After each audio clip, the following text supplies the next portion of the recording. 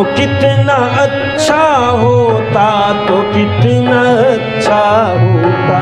घर में रहने का सद्व्यवहार सिखाया होता, घर में रहने का सद्व्यवहार सिखाया होता। तो कितना अच्छा होता, तो कितना अच्छा होता। अपने बच्चों को जो सत्संग में लाया होता, तो कितना अच्छा होता, तो कितना अच्छा होता।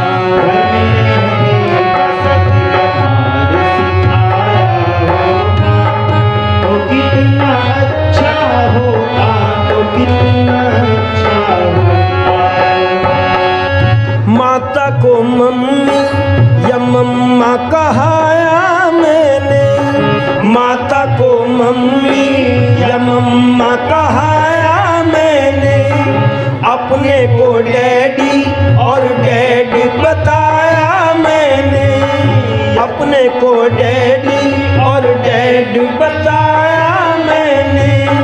यदि माता पिता के ऋण को गिनाया होता, यदि माता पिता के ऋण को गिनाया होता, तो कितना अच्छा होता, तो कितना अच्छा होता। अपने बच्चों को जो सत्संग में लाया होता, तो कितना अच्छा होता, तो कितना अच्छा होता।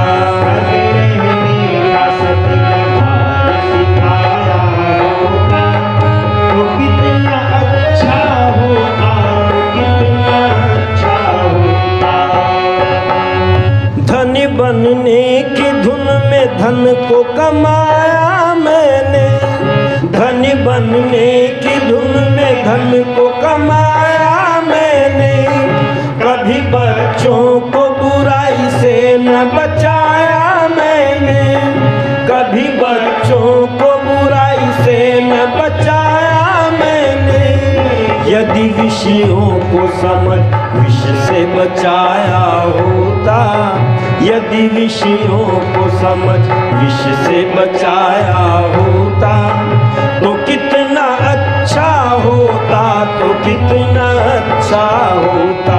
अपने बच्चों को जो सत्संग में लाया होता, तो कितना अच्छा होता, तो कितना अच्छा होता।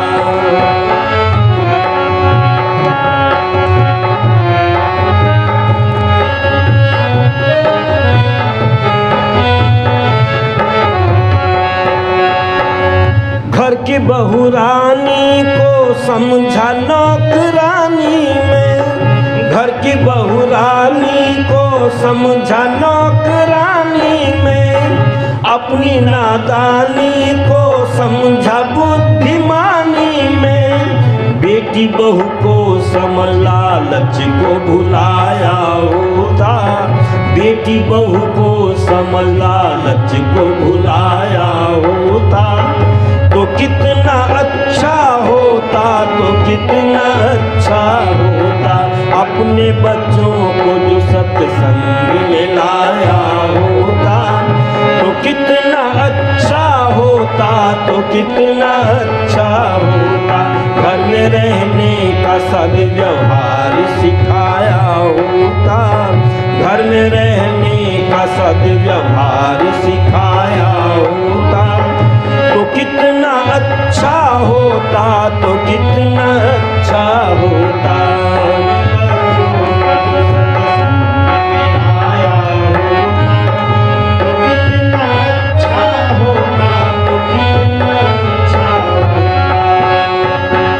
लुट चुका सब कुछ, लुट चुका सब कुछ जब अपनी समझ में आया।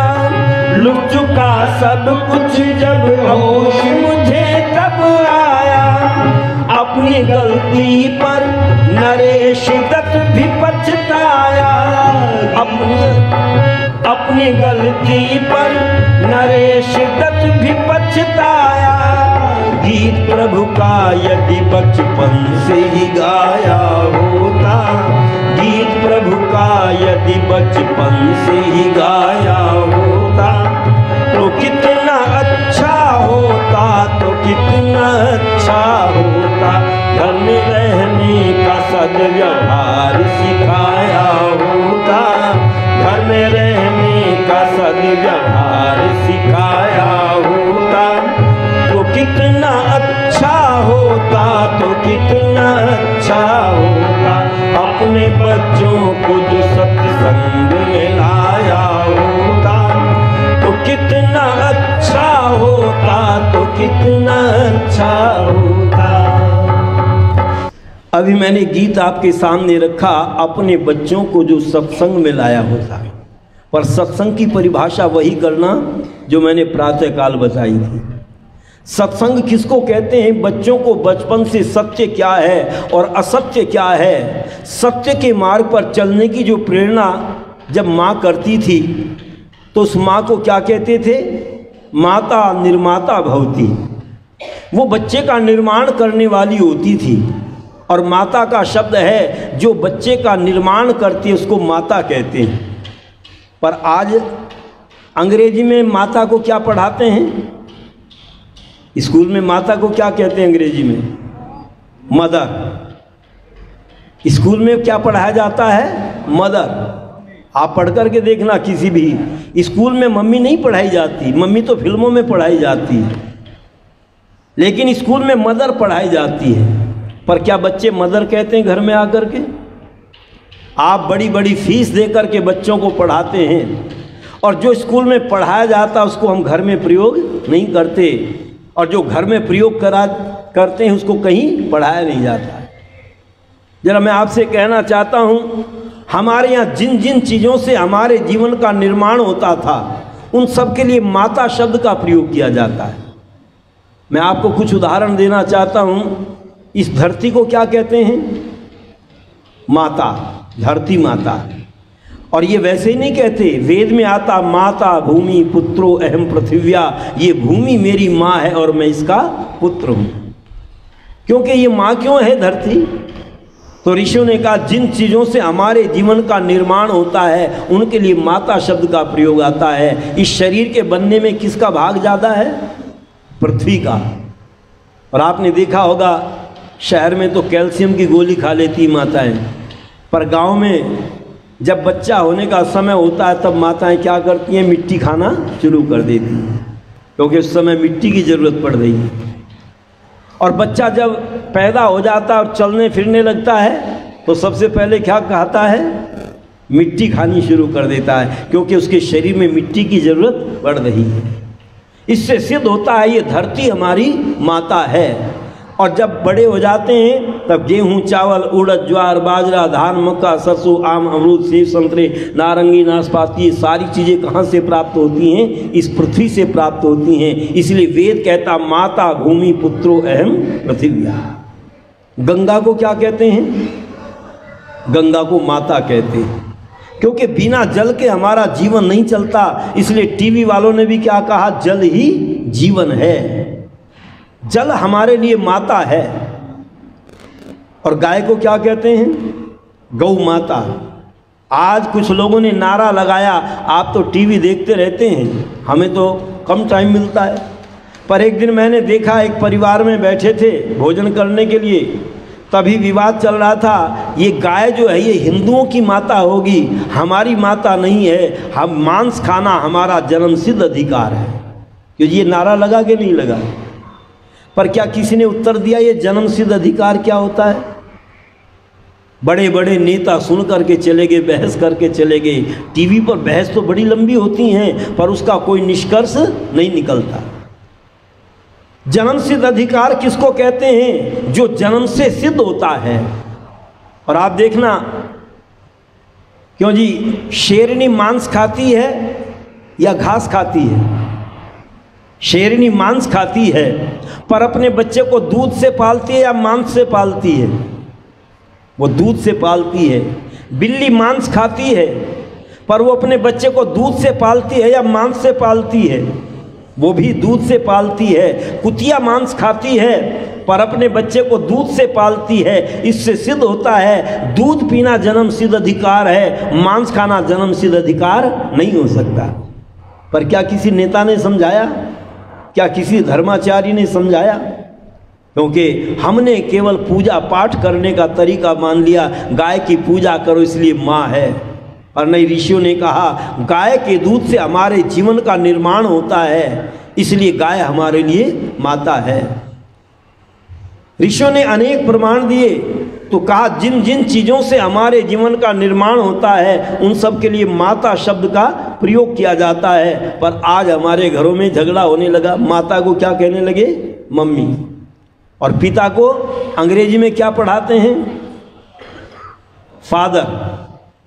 क्यों जी, चर्च में जाओ वहाँ फादर कहते हैं या डैड कहते हैं?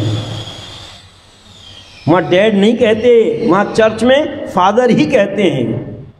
पालन करने वाले का नाम पिता होता है, जो रक्षा करता है और पालन करता है उसको पिता कहा करते थे। पर क्योंकि आज हमारी संस्कृति को बिगाड़ा गया, आज हमें सीधा डैड कहना शुरू कर दिया। और डैड कहते मरे हुए को। इसलिए किसी शायर ने लिखा था, हम उन पुस्तकों को काबिले जब्ती समझते हैं जिनको पढ़कर बेटे बाप को खफती समझते हैं। और उसका दुष्परिणाम ये हो गया कि आज बूढ़ों को कहाँ जाना पड़ गया? ओल्ड हाउस में। बाहर जाओ, तुम्हें जरूरत नहीं। पहले पिता अपनी इच्छा से घर छोड़ करके जाता था, वानप्रस्थ लेकर के, और आज धक्का दे करके घर से निकाला जाता है, नहीं तुम तो वृद्धाश्रम में रहो। बस अंतर इतना है, जब व्यक्ति अपनी इच्छा से किसी कार्य को करता है तो सुख मिलता है। और ये कौन सिखाया करती थी? माँ सिखाती थी बच्चे में कौन कौन से गुण आने चाहिए। इसलिए माँ, सबसे पहला स्थान माता का है।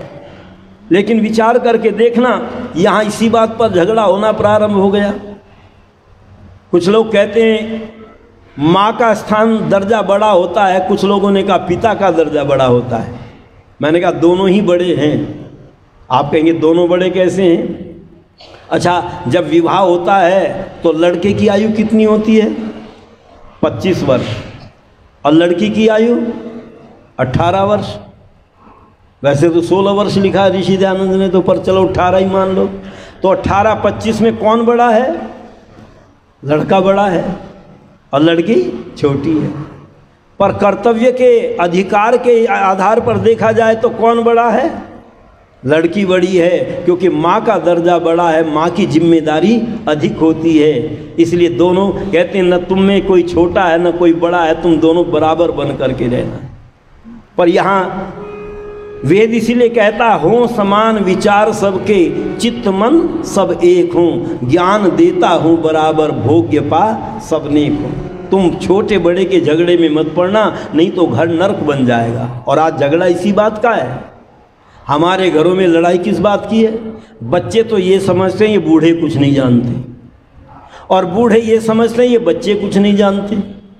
उपदेशक ये समझता है ये श्रोता कुछ नहीं जानते, और श्रोता ये समझते हैं ये उपदेशक कुछ नहीं जानता। बस झगड़ा इसी बात का है।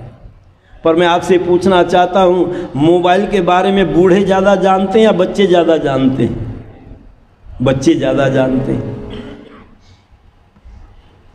कंप्यूटर के बारे में बच्चे ज़्यादा जानते हैं या बूढ़े ज़्यादा जानते हैं? बच्चे ज़्यादा जानते हैं। तो बच्चे भी नासमझ नहीं हैं।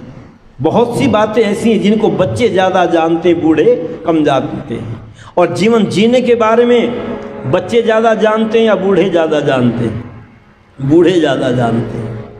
इसलिए महाभारतकार कहते हैं तुम प्रातः काल और सायंकाल बड़े बूढ़ों के पास बच्चों को भेजो, जिससे वो जीने की कला सीख जाए। पर आज की मम्मी डराती है, बाबा के पास मत जाना, बाबा बहुत गंदा रहता है, इसको टीबी है, इसको खांसी है, इसको दमा है, तुझे भी बीमारी लग जाएगी, बाबा के पास मत जाना। और बाबा के पास नहीं जाता बच्चा। पर पहले बड़े बूढ़ों के पास बैठ करके उनकी बातों को सुना करते थे। हम जो बात सुनाते हैं हमें याद है, आधी बातें हमारे पिताजी की सिखाई हुई हैं। उन्होंने ही हमको भजनोपदेशक बना दिया। अगर वो न होते तो शायद इतनी जल्दी हम भजनोपदेशक न बनते। बड़े बूढ़ों के पास में बड़ी कहानियाँ होती थी। आज तो कहानी सुनाने वाला एक ही है, टीवी, वही सुनाता है सबको। इसलिए विद्वानों ने कहा तुम में न कोई छोटा है और न कोई बड़ा है, तुम दोनों बराबर बन कर के रहना। और इसलिए कहा कि एक घर का राजा एक घर की रानी, जब सदगृहस्थी बन जाए फिर कैसी परेशानी हो। एक घर का राजा एक घर की रानी, रानी हाँ एक घर का राजा एक घर की रानी, जब सदगृहस्थी बन जाए फिर कैसी परेशानी हो। एक घर का राजा एक घर की रानी, रानी हाँ एक घर का राजा एक घर की रानी। फूलों की भांति पति पत्नी खिल के जीवन की राहों में चले दोनों मिलके। फूलों की भांति पति पत्नी खिल के जीवन की राहों में चले दोनों मिलके।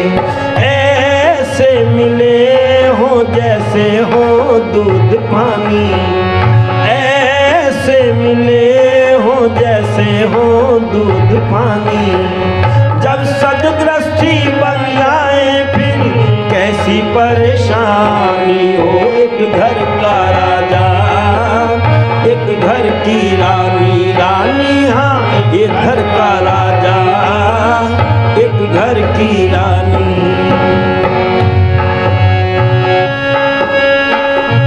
दो नदियों का जल मिले जैसे पति पत्नी का दिल मिले ऐसे।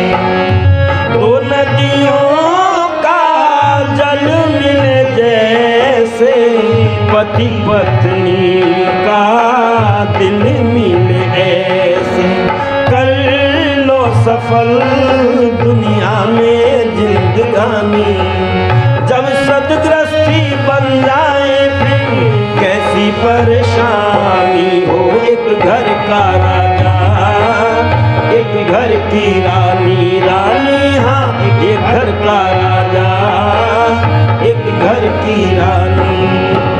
और विद्वानों ने समझाया एक घर का राजा है। पहले दूल्हे को क्या कहते थे? राजा, दूल्हे राजा आ गए। आपने सुना होगा बहुत सी फिल्मों में दूल्हे राजा आ गए। पहले दूल्हा राजा घोड़ी पर बैठ कर के चलता था और सारे लोग पीछे पीछे चलते थे, बैंड वाले आगे आगे नाचते जाते थे। पहले दूल्हा राजा देखता था और बैंड वाले नाचते थे, और अब राजा नाच रहा है और बैंड वाले देख रहे हैं। उल्टा हो गया हिसाब से। जिसको हम रानी बना करके लाते थे, रानी कहते थे, उसको भी कहते ना पहले नाच करके दिखा। उसको नचाते हैं पहले। हम रानी को नहीं लाते, हम तो नचकइयों को घर में लाते हैं और फिर कहते हैं क्या करें जी, घर में नरक बन गया। इसलिए मैं कहना चाहता हूं, यदि गृहस्थ को सुखी बनाना चाहते हो तो क्या करना पड़ेगा? गृहस्थी धरा पर स्वर्ग की झलकी, समझो इसे मंजिल करो हल्की। गृहस्थी धरा पर स्वर्ग की झलकी, समझो इसे मंजिल करो हल्की। प्रेमी क्यों करते हो दुनिया में नादानी, जब सदगृहस्थी बन जाए फिर कैसी परेशानी हो। एक घर का राजा एक घर की रानी, रानी हाँ एक घर का राजा एक घर की रानी, जब सदगृहस्थी बन जाए फिर कैसी परेशानी हो। एक घर का राजा एक घर की रानी। जब दोनों के समान गुण कर्म स्वभाव मिल जाते हैं तब घर में स्वर्ग बन जाता है, सुख हो जाता है। इसलिए पति और पत्नी का कर्तव्य है कि दोनों मिलकर के अपने कर्तव्यों को समझते हुए इस घर को स्वर्ग बनाने का प्रयत्न करें।